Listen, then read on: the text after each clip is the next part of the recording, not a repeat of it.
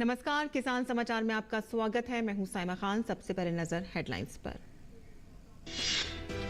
केंद्रीय कृषि और किसान कल्याण राज्य मंत्री शोभा करंदलाजे ने हैदराबाद में जलवायु अनुकूल कृषि पर 3 दिवसीय G20 तकनीकी कार्यशाला का किया उद्घाटन। G20 देशों और आमंत्रित देशों के 100 से अधिक प्रतिनिधि ले रहे हैं हिस्सा। करंदलाजे ने कहा कि कृषि क्षेत्र के सबसे संवेदनशील होने से इस पर जलवायु परिवर्तन का पड़ता है प्रभाव।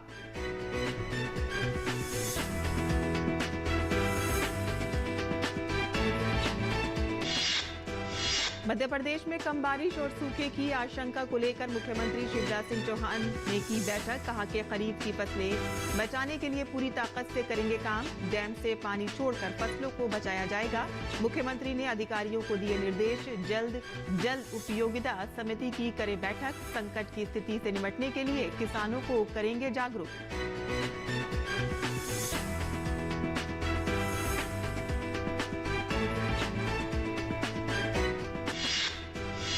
केंद्रीय पशुपालन और डेयरी राज्य मंत्री डॉक्टर संजीव कुमार बालियान ने कहा कि डेयरी क्षेत्र में देश बन रहा है आत्मनिर्भर। दुग्ध उत्पादन में देश बना विश्व का शीरमोर। कहा कि सरकार से समृद्धि के जरिए देश का हो रहा है विकास। किसानों और पशुपालकों की हो रही है आर्थिक खुशहाली।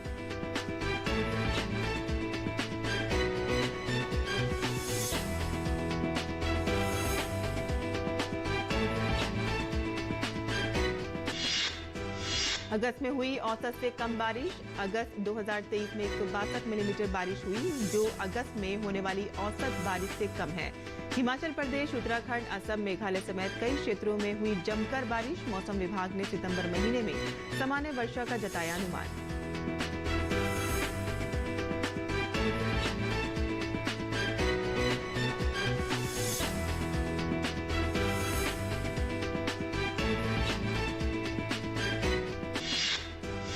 मौसम विभाग ने उड़ीसा, तटीय आंध्र प्रदेश, तेलंगाना और केरल में भारी बारिश का जताया अनुमान।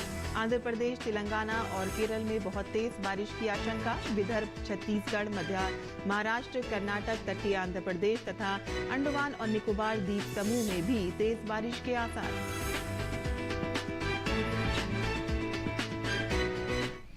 और अब समाचार विस्तार से। केंद्रीय कृषि और किसान कल्याण राज्य मंत्री शोभा करंदलाजे ने हैदराबाद के शमशाद में जलवायु अनुकूल कृषि पर 3 दिवसीय G20 तकनीकी कार्यशाला का उद्घाटन किया। इस कार्यक्रम में G20 देशों तथा आमंत्रित देशों के 100 से अधिक प्रतिनिधि भाग ले रहे हैं। इस अवसर पर केंद्रीय राज्य मंत्री ने वैश्विक जलवायु परिवर्तन पर चिंता व्यक्त करते हुए कहा कि इसकी वजह से विकास की राह में कई चुनौतियां उत्पन्न हो रही हैं। करंदलाजे ने कहा कि कृषि क्षेत्र के सबसे संवेदनशील होने से इस पर जलवायु परिवर्तन का काफी प्रभाव पड़ता है। उन्होंने कहा कि कृषि पर जलवायु परिवर्तन का प्रभाव पहले से ही महसूस किया जा रहा है। केंद्रीय राज्य मंत्री ने कहा कि जलवायु जोखिमों को अनुकूल के माध्यम से इसका सामना किया जा सकता है, जो तात्कालिक रूप से लाभकारी हो सकता है और जलवायु परिवर्तन के प्रतिकूल प्रभावों को भी कम कर सकता है। करंदलाजे ने कहा कि जलवायु परिवर्तन के संदर्भ में प्रमुख लक्ष्यों को प्राप्त करने के लिए दीर्घकालिक और एकीकृत रणनीतियों के साथ नेटवर्क प्रोजेक्ट, जलवायु परिवर्तन पर राष्ट्रीय कार्य योजना जैसी कई पहल सरकार ने शुरू की हैं। बैठक में कृषि अनुसंधान के विभिन्न मुद्दों, मुख्य रूप से जलवायु परिवर्तन और वैश्विक संदर्भ में कृषि के संधारणीय विकास के लिए अन्य तकनीकों और तरीकों पर विचार विमर्श किया जाएगा और साथ ही देश की उपलब्धियों और कृषि की चुनौतियों से निपटने के लिए जारी प्रयासों को भी साझा करेंगे। मध्य प्रदेश में कम बारिश और सूखे की आशंका को लेकर मुख्यमंत्री शिवराज सिंह चौहान ने बड़ी बैठक ली। उन्होंने कहा कि अगस्त महीने में बारिश बहुत कम हुई है, जिसके चलते फसलें प्रभावित हो रही हैं। खरीफ की फसलें बचाने के लिए पूरी ताकत से काम करेंगे। सीएम ने कहा कि डैम से पानी छोड़कर फसलों को बचाया जाएगा। अभी बिजली की डिमांड बढ़ गई है और इसीलिए बेहतर इंतजाम करेंगे। संकट की घड़ी में सरकार किसानों के साथ खड़ी है। सीएम ने कहा कि 3-4 दिन से प्रदेश के किसानों से मिल रहा हूं। ऐसी स्थिति में चैन से नहीं बैठ सकता। मैं बैठने वालों में से नहीं हूं। उन्होंने अधिकारियों को निर्देश दिए हैं कि जल्द जल उपयोगिता समिति की बैठक कर लें। जहां डैम में पानी है वहां से किसानों को सिंचाई के लिए पानी दिया जाए। डैम का निरीक्षण कर इस बात की जानकारी ले लें कि अभी कितना पानी है। सीएम शिवराज सिंह ने कहा कि जिला प्रशासन को किसानों को सिंचाई के संबंध में एडवाइजरी जारी करें। संकट की स्थिति से निपटने के लिए जो वैज्ञानिक तरीके होंगे उसे किसानों को जागरूक करें। अवर्षा के कारण, कम वर्षा के कारण जो स्थिति पैदा हो रही है, सोयाबीन और धान पर संकट आ गया है। आपको कल्पना नहीं है, जलवायु परिवर्तन के कारण गर्मी पड़ी नहीं इस बार, पानी लगातार गिरता रहा। जून में पानी, जुलाई में पानी, अगस्त में एक बूंद नहीं गिरी। पूरा का पूरा गैप आ गया। और आपको बताना चाहता हूं, बिजली की इस समय जरूरत पड़ती थी केवल 7-8 हजार मेगावाट की, अभी बिजली 15,000 मेगावाट तक मांग पहुंच गई है, क्योंकि हर एक सिंचाई भी करना चाहता है और कोई रास्ता नहीं है हमारे पास, क्योंकि फसल के सामने संकट खड़ा हुआ है। जलवायु परिवर्तन के खतरे अब सामने दिख रहे हैं। लेकिन मुझे एक ही वचन आपको देना है, चाहे कितना बड़ा संकट हो, संकट के पार किसानों को निकाल के मैं ले जाऊंगा। जो प्रयत्न करना पड़े मैं जी जान से करूंगा और मिलकर इस संकट से भी हम पार होंगे। मुख्यमंत्री ने कहा कि यहां 1500 करोड़ रुपए का निवेश होने वाला है, जिससे किसानों को तो फायदा होगा ही, साथ ही 5000 बच्चों को रोजगार भी मिलेगा। 1500 करोड़ रुपए का यहाँ निवेश होने वाला है। 2 फैक्ट्रीज का आज भूमि पूजन संपन्न हुआ है और इस निवेश के कारण किसानों को फायदा हो गई, लेकिन 5000 बच्चों को हमारे रोजगार मिल पाएगा। आप ये मानिए कि एक बड़ी इंडस्ट्री अगर आती है तो आसपास के गांव की आर्थिक स्थिति भी परिवर्तित हो जाती है। आप बुधनी में देख लें, ट्राइडेंट वर्धमान आए, बाकी इकोनॉमी बदल गई पूरी की पूरी। और बढ़िया खेड़ी में भी अब इतना निवेश आएगा कि इछावर और सीहोर के नौजवानों को अपार रोजगार मिल पाएगा। ये हमारी कोशिश है। ये शुरुआत बहुत अच्छी है, इसलिए मैं आईटीसी को बहुत बहुत धन्यवाद देता हूँ। देखिए, हम एग्रीकल्चर ग्रोथ रेट हमारी 18% है। मध्य प्रदेश की इकोनॉमी काफी तेजी से बढ़ रही है। अब रोजगार के नए नए अवसरों को सृजित करते हुए हमको बच्चों को रोजगार देके और समृद्धि लाने का काम करना है। गुजरात के कृषि मंत्री राघव जी पटेल ने कहा कि अगस्त महीने में बारिश नहीं हुई, जिससे सरकार और किसान दोनों परेशान हैं। मुख्यमंत्री ने ऊर्जा और सिंचाई मंत्री को बताया कि किसानों को दी जाने वाली बिजली और पानी में बढ़ोतरी की जाए। किसानों के लिए जो किया जा सकता है वह सरकार करेगी।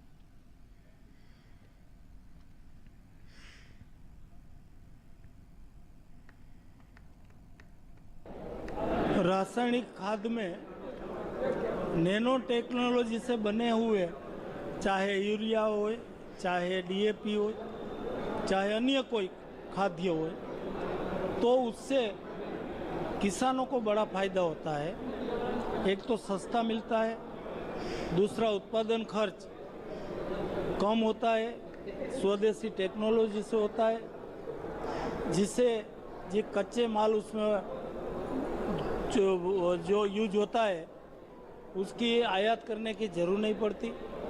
इंडिया में भी देश का बचता है।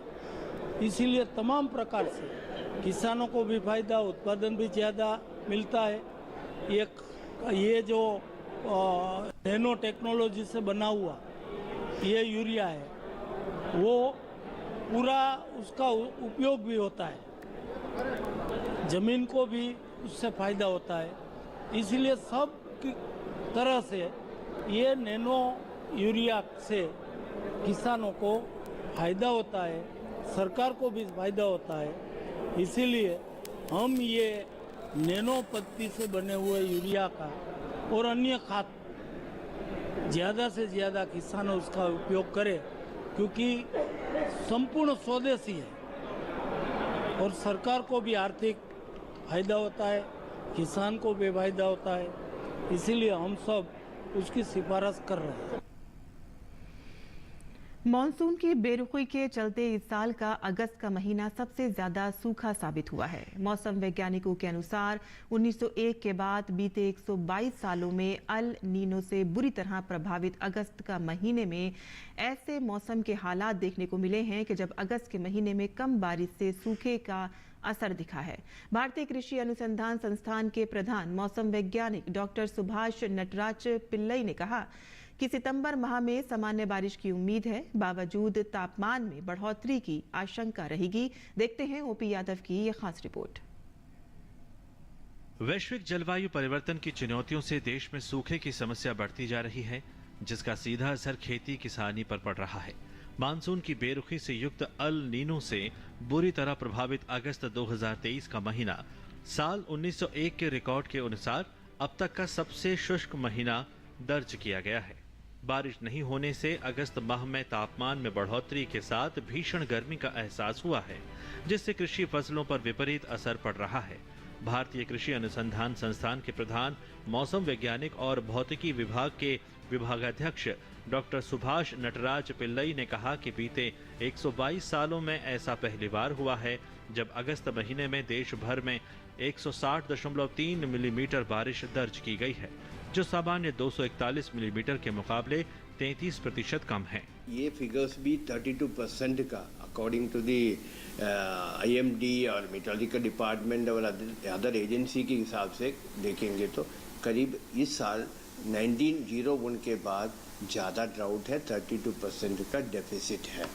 तो ये आंकड़ा तो बहुत ये है। अगस्त में तो सभी क्रॉप तो इरिगेशन चाहिए सभी क्रॉप के लिए, तो इसका नुकसान हो सकता है। डॉक्टर सुभाष नटराज पिल्लई ने कहा कि इस साल का मानसून 2015 के बाद से सबसे अधिक शुष्क रहा है, जिसमें 13% बारिश की कमी दर्ज की गई है। 2015 में तो 13% ही कमी आया है अगस्त महीने में। देखिए वो 13% कमी टोटल का देखेंगे तो बहुत वेरिएबिलिटी नहीं है, वो तो विद इन द नॉर्मल ही है। सपोज हम बात करेंगे 20% के अंदर है तो वो नॉर्मली बातें करते हैं, स्टैटिस्टिक्स और आंकड़े के हिसाब से वो नॉर्मली है, बहुत ज़्यादा ये नहीं है। लेकिन सितंबर अभी first 2 weeks that is very critical. Doctor Pillai ने सितंबर महीने में बंगाल के उत्तरी खाड़ी के ऊपर एक चक्रवाती परिसंचरण विकसित होने की संभावना के चलते सामान्य बारिश की उम्मीद जताई है। उन्होंने सितंबर माह में तापमान में बढ़ोतरी होने की आशंका के चलते किसानों को फसलों की सिंचाई की सलाह भी दी है। अभी फोरकास्ट है IMD का, सितंबर का बारिश ऑलमोस्ट सेम रहेगा, नॉर्मल और एबो रहेगा। लेकिन एक और है, टेम्परेचर ज़्यादा होगा करके भी प्रोजेक्शन है सितंबर में। टेम्परेचर ज़्यादा मीन्स ऑटोमेटिकली इवापोरेशन ज़्यादा होगा, बाष्पीकरण ज़्यादा होगा, तो इसका मतलब तो क्रॉप में तो फर्क आएगा, तो इसका एक ड्राउट जैसा सिचुएशन क्रिएट होगा, तो ऑटोमेटिकली इरिगेशन देना पड़ेगा फील्ड में, so that we can get a good yield. गौरतलब है कि मौसम विशेषज्ञ बारिश की कमी के लिए मोटे तौर पर अल नीनो प्रभाव को जिम्मेदार मान रहे हैं। अल नीनो एक तरह की मौसमी घटना है जिसकी वजह से मध्य और पूर्वी भूमध्य रेखीय या प्रशांत महासागर में समुद्री सतह का तापमान सामान्य से 4 से 5 डिग्री सेल्सियस अधिक हो जाता है। इसके चलते पूर्व से पश्चिम की ओर बहने वाली हवाएं कमजोर पड़ती हैं। अगर अल नीनो दक्षिणी अमेरिका के क्षेत्र में सक्रिय होता है तो भारत में कम बारिश होती है। वैश्विक जलवायु परिवर्तन की चुनौतियों से कृषि क्षेत्र भी अछूता नहीं रहा। मौसम वैज्ञानिकों ने अनुमान जताया कि 1901 के बाद 2023 का अगस्त माह अब तक का सबसे सूखा महीना रहा। इसमें तकरीबन 32% कम बारिश हुई है। यही नहीं, 2015 के बाद से अब तक अगस्त का महीना काफी सूखा रहा और इसमें तकरीबन 13% कम बारिश का अनुमान जताया है। मौसम वैज्ञानिकों के अनुसार यह सब अल नीनो की तीव्रता की वजह से हुआ है। हालांकि वैज्ञानिकों ने सलाह दी है कि किसान खेतों में समय पर प्रबंधन करे जल का और इसके साथ सिंचाई करे ताकि फसलों को होने वाले नुकसान से बचाया जा सके। मेरे सहयोगी कैमरामैन आलोक गुप्ता के साथ में OP Yadav, DD news, Delhi. और डेयरी के क्षेत्र में भारत अंतर्राष्ट्रीय ख्याति प्राप्त कर रहा है। सहकार से समृद्धि के जरिए देश में किसी तरह पशुपालक किसानों की आर्थिक समृद्धि व आत्मनिर्भर भारत की संकल्पना पूरी हो रही है। इस विषय पर हमारे संवाददाता ओपी यादव ने बात की केंद्रीय पशुपालन और डेयरी राज्य मंत्री डॉक्टर संजीव कुमार बालियान से। अंतर्राष्ट्रीय डेयरी फेडरेशन के द्वारा आयोजित इस कॉन्फ्रेंस में भाग लेने के लिए केंद्रीय पशुपालन और डेयरी राज्य मंत्री डॉक्टर संजीव कुमार बालियान पहुंचे। आए जानते हैं इस कॉन्फ्रेंस के बारे में। सर, आप मदर डेयरी के स्टॉल पे हैं, किस तरह का अनुभव आपको लग रहा है? 47 साल बाद भारत मेजबानी कर रहा है और आप बतौर राज्य मंत्री इसको होस्ट कर रहे हैं। पूरी दुनिया को जानने का मौका मिलेगा। हम देखिए, अभी तक हम आज सेल्फ सफिशिएंट ही नहीं है। आज के दिन हम इस स्थिति में है कि हम डेयरी प्रोडक्ट का एक्सपोर्ट कर सकते हैं। तो दुनिया कहाँ पे है और हम उनके साथ कहाँ कम्पीट करना है, कुछ सीखना है और कुछ सिखाना है दुनिया को। तो बहुत बड़ा मौका है। बेसिकली हम सब लोग, ये मंत्रालय, ये सब स्टॉल किसानों के लिए। पोषण और आजीविका डेयरी के जरिए महत्वपूर्ण थीम रखी गई है। कितना महत्वपूर्ण मानते हैं पोषण को डेयरी और दूध उत्पादों से?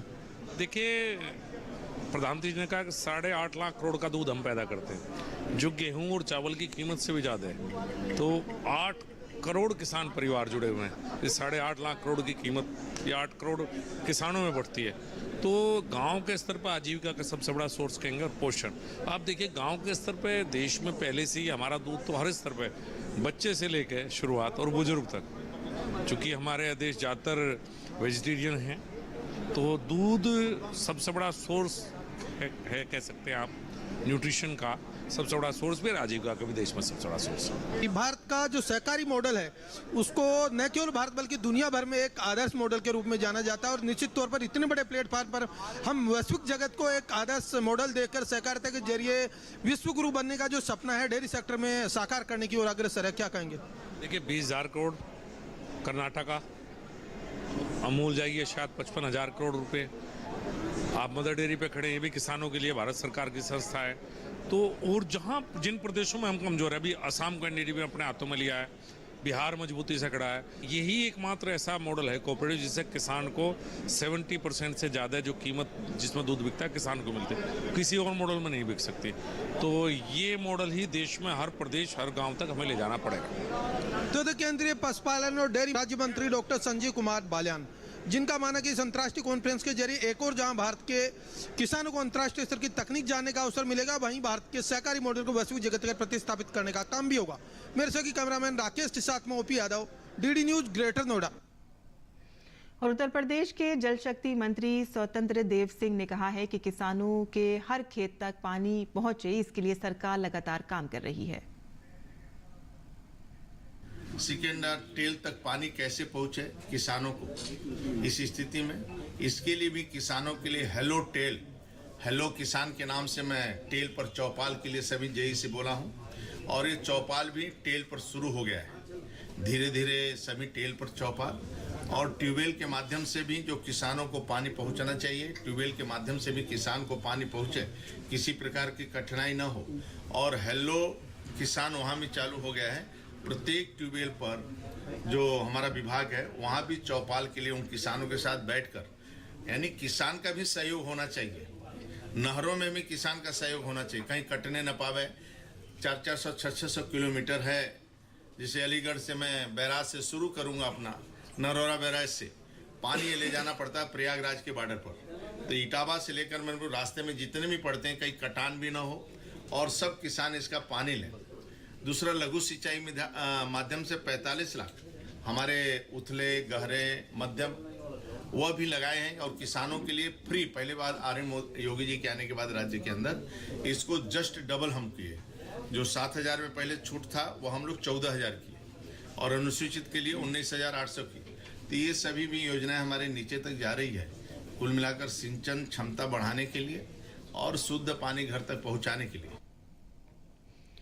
स्वतंत्र देव सिंह ने कहा कि राज्य में लोगों तक स्वच्छ पानी पहुंच सके, जिसको लेकर हर घर जल योजना के तहत गांव-गांव तक स्वच्छ जल पहुंचाने का काम किया जा रहा है।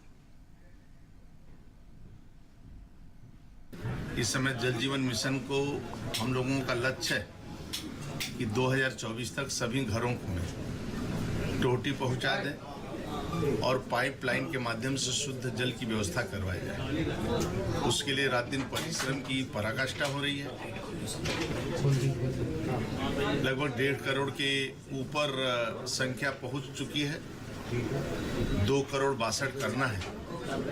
जो एवरेज इस समय 40,000 पर डे नल कनेक्शन का है, राज्य के अंदर लगभग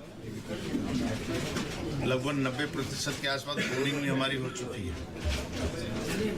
टंकी में विलम्ब हुआ है, टंकी भी बन रही है और सभी टंकी भी, बोरिंग भी, और उसके माध्यम से शुद्ध जब घर घर पानी पहुंचने लगेगा तो बजट, सरकारी बजट जिस प्रकार का हम लोग धन आवंटन किए हैं और खर्चा कर रहे हैं करोड़ों रुपया, ये जब पूरा कंप्लीट होने के बाद हमें पूर्ण विश्वास है जब शुद्ध पानी मिलने लगेगा तो गरीबों के जेब का भी करोड़ों रुपया बचना शुरू हो जाएगा।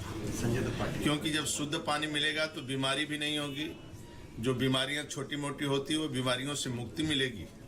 तो एक गरीब के जेब का जो धन अस्पताल में इधर उधर खर्च होता है, क्योंकि आधा बीमारी शुद्ध पानी के कारण होता है।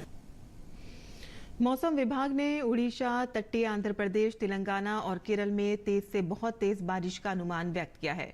विभाग ने कहा है कि गंगेय पश्चिमी बंगाल में और अगले 3 दिनों के दौरान उड़ीसा में छुटपुट वर्षा होने की संभावना है। इसमें यह भी कहा गया है कि आज तटीय आंध्र प्रदेश में अगले 2 दिनों के दौरान, तेलंगाना में और अगले 3 दिनों के अंतर्गत केरल में बहुत तेज बारिश होने की आशंका जताई गई है। मौसम कार्यालय ने विदर्भ, छत्तीसगढ़, मध्य महाराष्ट्र, कर्नाटक, तटीय आंध्र प्रदेश तथा अंडमान और निकोबार द्वीप समूह में भी तेज बारिश होने की आसार व्यक्त किए हैं। अगले 5 दिनों के दौरान देश के शेष हिस्सों में बारिश की गतिविधियां कम रहेंगी। और किसान समाचार में अब बात करते हैं मौसमी खेती की। किसान इस मौसम में कैसे रखें अपने खेतों का ख्याल, आइए देखते हैं।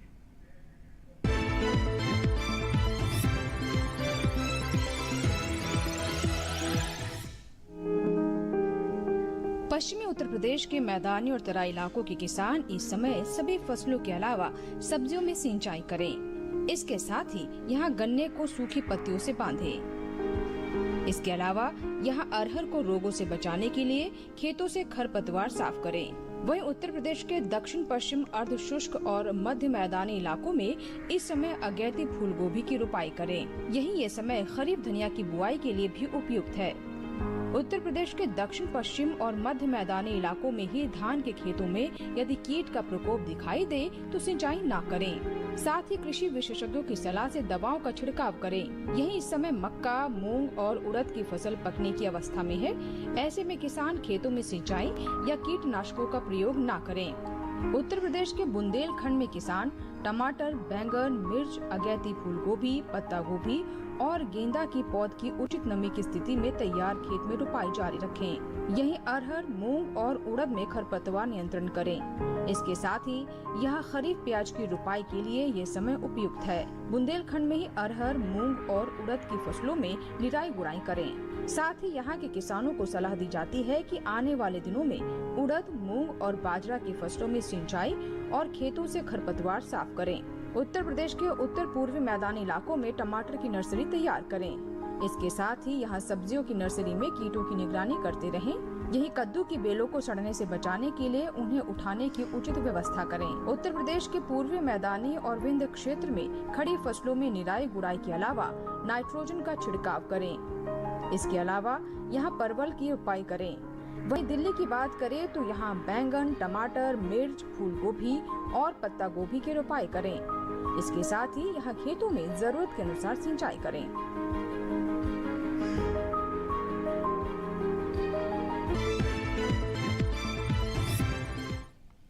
और खेती किसानी की खबरों के बाद आइए अब नजर डालते हैं कुछ और खबरों पर। खास खबर में G20 शिखर सम्मेलन के लिए दिल्ली में हलचल काफी तेज हो चुकी है। डीडी न्यूज के विशेष कार्यक्रम डीडी डायलॉग में विदेश मंत्री डॉक्टर एस जयशंकर शामिल हुए। विदेश मंत्री ने डिजिटल क्रांति में भारत के नेतृत्व की सराहना की।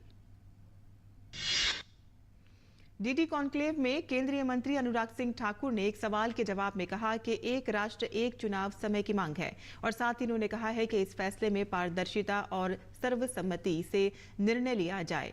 इसके लिए सरकार ने पूर्व राष्ट्रपति रामनाथ कोविंद की अध्यक्षता में एक समिति का गठन भी किया है। G20 शिखर सम्मेलन से पहले विदेश राज्य मंत्री मीनाक्षी लेखी ने कहा है कि भारत में G20 कार्यक्रम का आयोजन भारत के लोगों के लिए गर्व की बात है। उन्होंने कहा है कि सम्मेलन में वैश्विक दक्षिण की आवाज बनकर भारत उभरेगा। राजधानी दिल्ली में G20 शिखर सम्मेलन के दौरान मेट्रो में सफर करने वाले यात्रियों की संख्या में वृद्धि की संभावना को देखते हुए दिल्ली मेट्रो ने नई पहल की है। दिल्ली मेट्रो आज से 13 सितंबर के बीच अपने 36 स्टेशनों पर विशेष काउंटर के जरिए टूरिस्ट स्मार्ट कार्ड की बिक्री कर रही है। मणिपुर सरकार ने राज्य में शांति और व्यवस्था को मजबूत बनाने की दिशा में एक अहम कदम उठाया है। राज्य के मुख्यमंत्री एन बीरेन सिंह ने पत्रकारों के साथ हुई प्रेस वार्ता में कहा कि राज्य सरकार ने एडिटर गिल्ड्स ऑफ इंडिया के सदस्यों के खिलाफ FIR दर्ज की है, जो मणिपुर में अशांति फैलाने की कोशिश कर रहे हैं। बाराबंकी के फतेहपुर के काजीपुर मोहल्ले में एक 3 मंजिला इमारत ढह गई। 12 लोगों को रेस्क्यू करके निकाला गया है, जिसमें से 2 लोगों की मौत हो गई है। मलबे में 3 से 4 लोगों के दबे होने की आशंका है। जदयू विधायक गोपाल मंडल ने कहा है कि राहुल गांधी प्रधानमंत्री बनने के योग्य नहीं है। विधायक ने कहा है कि कांग्रेस से एक के बाद एक प्रधानमंत्री देश को मिले हैं, लेकिन राहुल गांधी में प्रधानमंत्री बनने वाली बात नहीं है। बिहार के मुख्यमंत्री के गृह जिले में पूर्व केंद्रीय मंत्री सह भाजपा नेता RCP सिंह के रिश्तेदारों को गोली मार दी। RCP सिंह ने मुख्यमंत्री पर प्रतिशोध से काम करने का आरोप लगाया। ITC कंपनी मध्य प्रदेश के सीहोर में एक integrated food manufacturing and logistic facility और एक पैकेजिंग प्रोडक्ट मैन्युफैक्चरिंग फैसिलिटी स्थापित करने के लिए लगभग 1500 करोड़ रुपए का निवेश करेगी। मनरेगा योजना के तहत अगस्त 2023 में राज्यों के करीब 1,91 लाख लोगों की रोजगार की मांग आई है। ये मांग पिछले साल अगस्त महीने की तुलना में 20% अधिक है। और किसान समाचार में आज के लिए बस इतना ही। अनुमति दें। नमस्कार।